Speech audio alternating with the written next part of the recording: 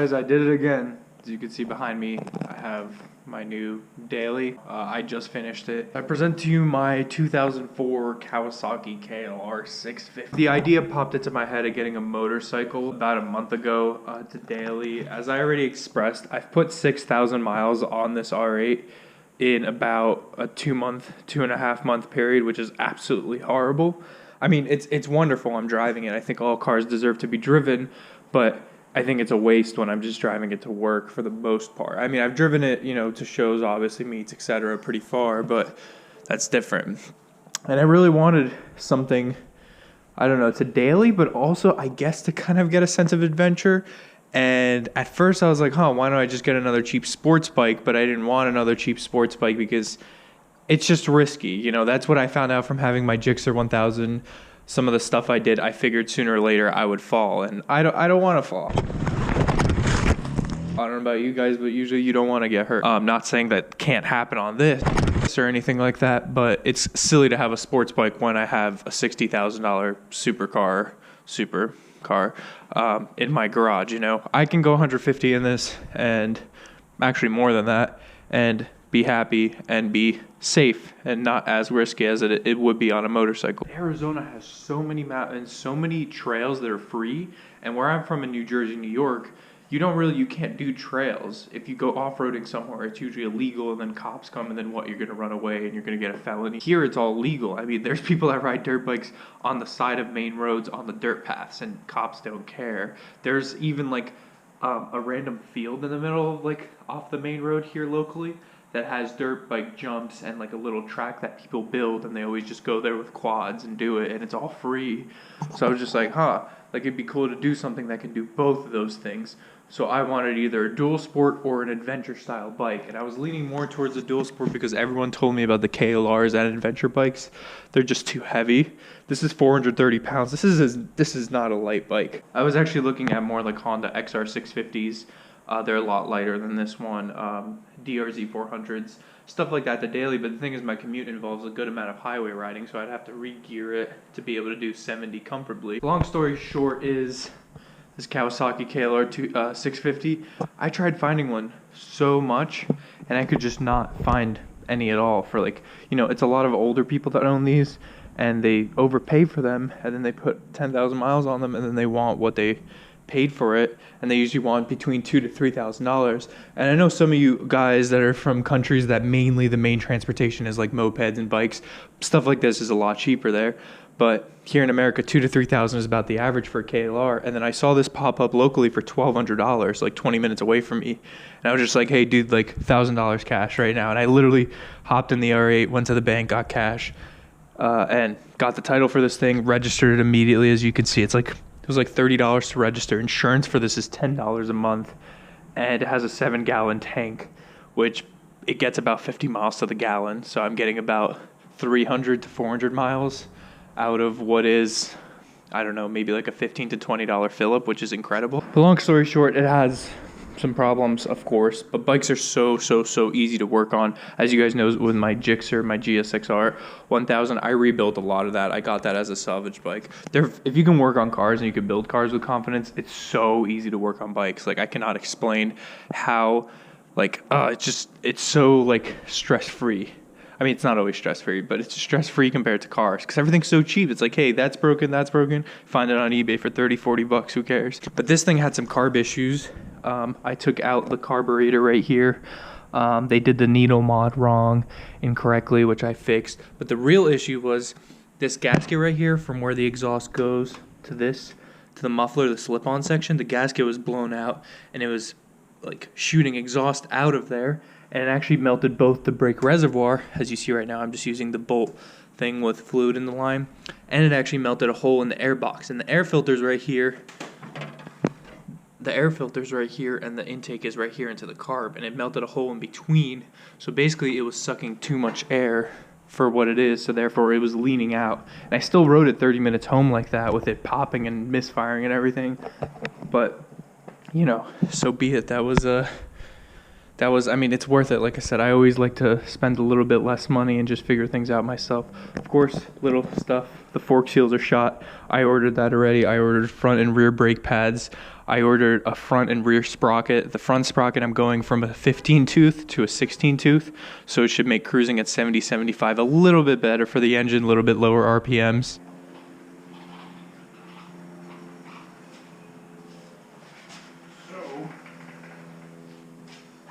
That would be my next question for you guys is, do you guys even care about seeing, you know, adventure riding with this? Like I said, I don't know anything about off-roading, but that's the thing about me is I'm so split personality where it's like, hey, I want to own exotics and be part of the exotic crowd, but then I also want to own tuner JDM cars and do that stuff, and then I also want to own a classic American car, and then I want to ride sports bikes, and then I want to off-road. I don't know, like, I'm always down to experience new things and learn new things, and that's kind of what is experiences.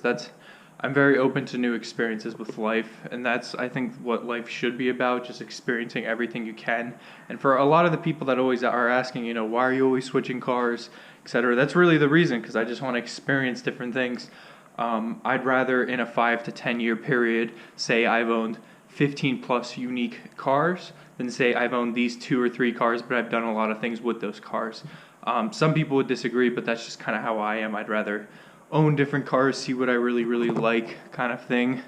I don't know how to explain that, but that's where it comes with this bike. I mean, this bike is awesome, honestly. I rode this to work for the first time. That's 40 miles one way, 40 miles back. So yeah, let me show you guys how easy this thing starts. I have the helmet on, have the GoPro on, because I still had that little attachment for the helmet, but only dumb thing is I broke the damn, well, it was already pretty broken, but there's supposed to be a little knob right here for the choke, and yeah, that was like falling apart. So basically when I start it, I just have to like hold this, which isn't the most comfortable thing, but like this thing really does start like first crank. Once it's warm especially too, it'll just start without the choke, obviously. But it's cold right now, so see, look at that, like literally perfect. This thing only has 13,500 miles on it. For 2004, it's pretty great because literally for $1,000, the other bikes, all right, I can let go of the choke now, and then I just kind of tuck it away somewhere, and hopefully it doesn't die. Yeah, it shouldn't die. But literally all the other bikes, they'll be like 2004, 2005, same thing, but they'll have like 20, 30. One of them was like $1,500. It needed like rear brake master and something else, and needed valves adjusted, and it had 35,000 miles on it, and it was a 2005 KLR 650. This has 13,000 miles, 2004. Cleaned up the car. I did not spend any money to make this run, really. I bought an air filter, a good one, for $15, and that's it.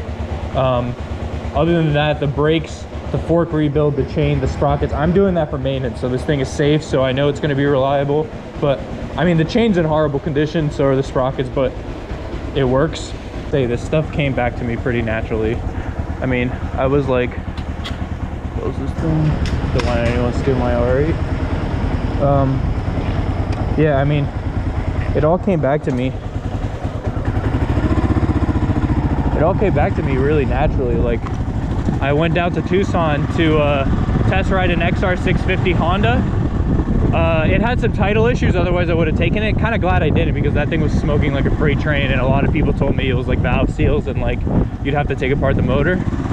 But I hopped on that thing and rode it. I mean, these clutches are so easy, the brakes are so soft, like everything about these bikes is so like easy compared to a sports bike, because a sports bike throttle is like super hard and everything, and this isn't at all. It's kind of nice. I don't know what to do, but I guess I'll go this way. That's the coolest thing about this thing. Like, you could hop curbs on this, dude. Never in my life riding a sports bike would I ever think I could just like hop a curb and just eat it. I ain't hopping that because I'm gonna bust my ass. But yeah, there's like, yeah, like, I mean, if a cop really pulled me over doing this stuff, I mean, woo! I don't know if you guys heard that, but my box back there, woo! My cargo box back there really did not like that. That thing nearly fell off. Yeah, I don't know, this is just so awesome. Uh-oh. I'm not actually trying to catch air right now.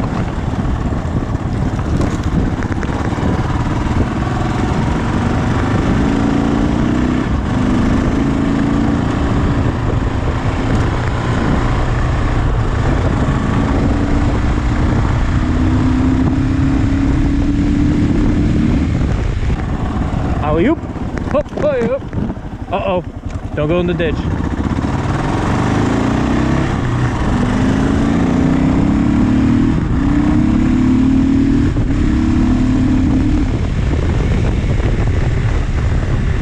This stuff is just awesome. Like it's just such a nice free feeling. Gets arrested. But like, I don't know, it's just awesome because like every time I rode my sports bike in the canyons, every time I was just like, damn, that would be really, really cool if, you know, look at that trail over there, look at that trail over there, look at that trail over there. Damn, that'd be really cool if I could go ahead and just ride this stuff. And obviously, you know, couldn't. Yeah, you could tell all these people right here, they ride this shit. I don't know where to go anymore. I'll go down here.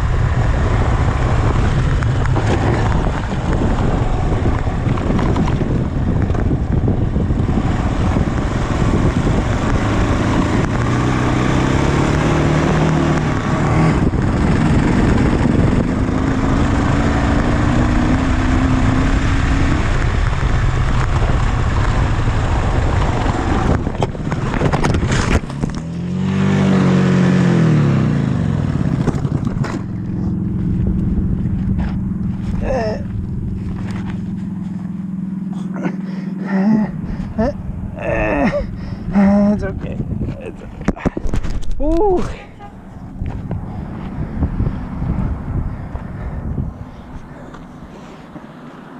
Oh yeah, that's what I'm fucking talking about.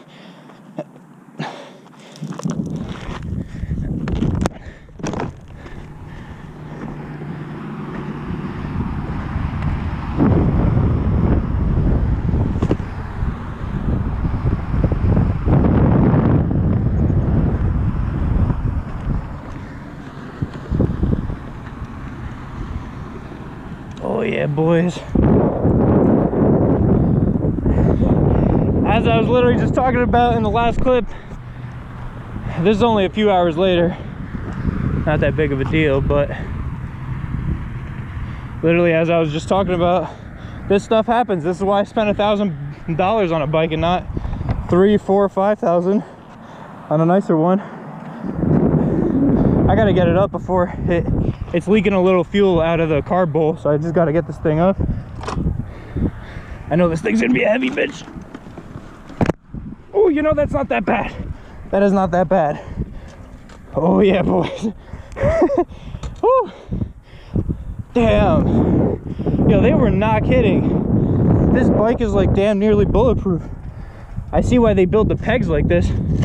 All it does is fold in when you fall. Look at this thing. I thought that was dented, never mind. Woo. I'm pretty glad that my first bike fall is off-road though. Because if this happened on the street, I probably scratched up my knee. Obviously if I'm off-roading, I shouldn't be wearing these things. Woo. I'm good though. I kind of knocked the wind out of myself because I fell on my side. But not gonna lie, that really wasn't bad considering all I'm wearing for gear is gloves and a helmet and my 6 sweatpants. I definitely cut my knee, but I don't give a shit. Yeah, look at that. I've had bicycle crashes that cut my knee worse. So I ain't even mad. I have no idea what the hell even happened. It's weird because these ramps are built differently. So some of these ramps are more of a kick. Some of these you just go over. And that was definitely more of a of a kick. Woo. I gotta open my damn, but how the hell am I gonna bring my shit home? I think I broke the damn tabs that hold this. I'm about to carry this shit like a suitcase home. I think I broke the stud right here, but that's fine. Honestly, I could just drill holes and put the holes on this bracket, and then I don't know how this bracket's held down, but I gotta bring this shit, my suitcase home. The funny thing is I just bought a brand new iPhone and it's in here, except it's in the box, so I assume it's okay.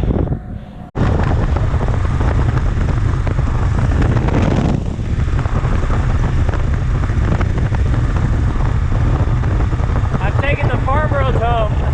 I think my bars are a little bent actually. Yikes. Yeah. I don't know. I really don't know. I don't know if the bars are bent or it's just like the whole access triple tree thing is squeezed to the right. I'm trying to look at it while I'm riding, but I should probably. Literally, my house is over there in that neighborhood. I bolted the mountain back on. There's two Allen key screws that kind of just. I don't know how they came out without stripping it, but.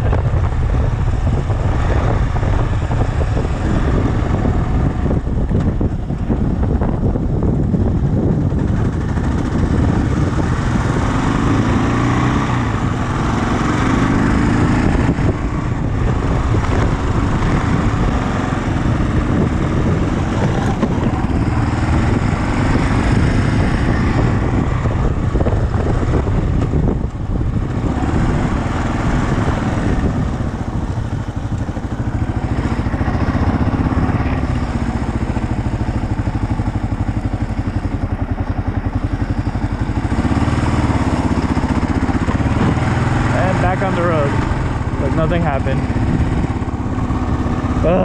Ooh, I gotta figure out these bars. I mean, see, that's the good thing about me having the R8. Even if I do, something happens with this, I can still daily the R8. I just don't want to, but it runs well though. I mean, it started leaking gas like I said, but that's because the bowl has an air vent thing on the top, so when the bike's tipped over, it'll basically just leak the gas out, which isn't anything bad, but oh god. Let's check out this thing. Oh god.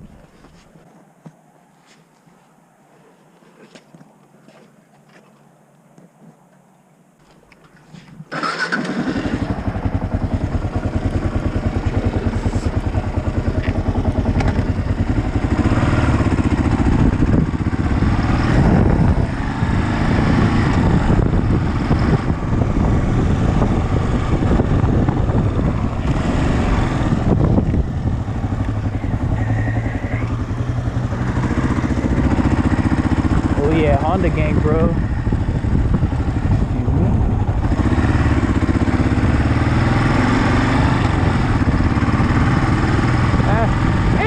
It's straight. I don't know. There's probably like some fine things that I could do, but I'll worry about that later. Crash right into the R8.